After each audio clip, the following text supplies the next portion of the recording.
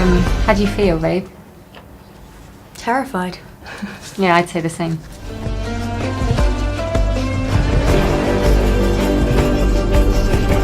I mean, we hope for a similar success, of course, because the fans of Game of Thrones, I know, are hugely invested in the characters. I mean, I'm a fan of Game of Thrones and I was invested in the characters, so that's what we hope to have.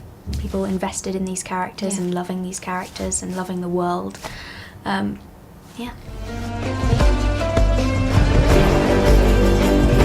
I didn't know The Witch existed before auditioning, and I knew that we were basing the series on the novels. So I started with the short stories, and I read those up until the point I got completely confused, and I think that was on Blood of Elves, because we look into Yennefer's backstory in this, and she's ahead in the books. So I found that very complicating with the script. And then my main source of information was the script. But I'm reading them now. I read a couple of pages or a couple of chapters before my audition. Actually, I went into the bookshop, and then the minute I found out I got the role, the next day I went and bought Blood of Elves and read it very quickly. I was just so excited, but that's all I've read.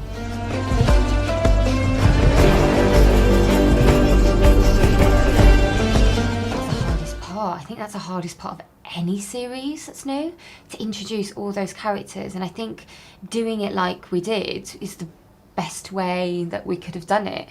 However confusing it may be in the first episode, keep going because it gets better, and in terms of you get more familiar with the terms and with the people. But that was part of navigating how we were going to bring this to life on screen, because you have to set up everything and each character, where they're from. It's a completely different world as well, the continent.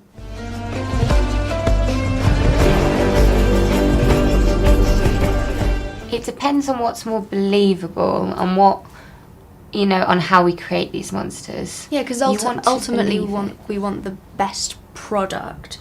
So obviously it would be amazing if you could actually see the monsters in front of you, but sometimes, a lot of the time, it would look better if they were created afterwards, and so I guess we don't mind then, right?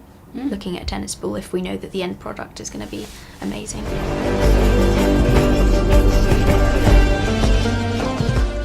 We're not hesitating because in one so word, many. Passionate. That's something I haven't really got to explore, but I expect it's going to be a kind of father-daughter relationship. But I'm very excited to, at some point, explore that.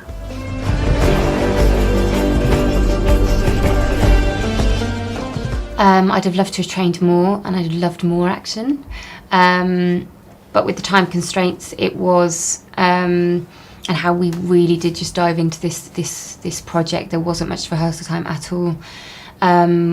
There was one stunt I wasn't able to perform, because it was something that I needed a lot of rehearsal for.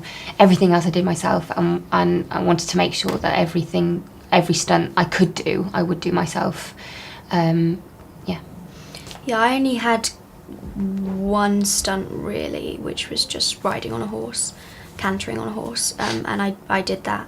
And also there was falling off a horse, which obviously I wasn't going to do that.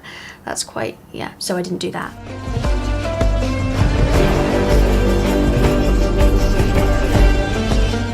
Well, actually my grandmother is a huge horse person.